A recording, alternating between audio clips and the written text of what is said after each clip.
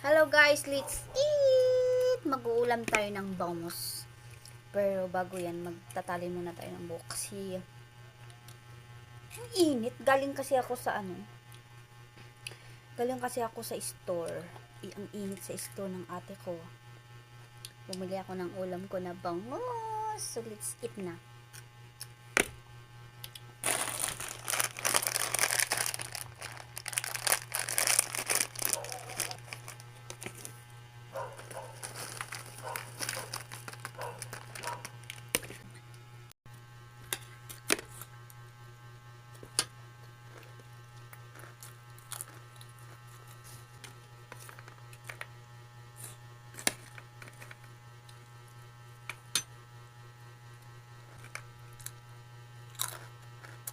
Ang crispy ng bangus.